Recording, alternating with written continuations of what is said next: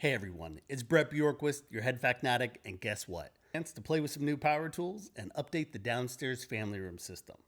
Right now, that's a Sonos Arc soundbar and a sub, which suffer from some dialogue issues and not nearly enough bass response because of the room design. I love the room, but like a lot of the rooms in this home build, it sucks from an acoustic perspective.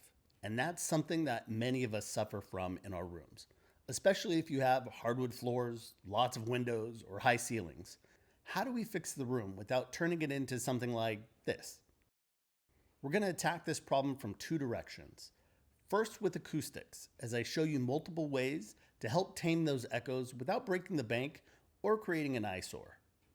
In addition, we're going to be using a DSP-controlled system from Theory Audio Design.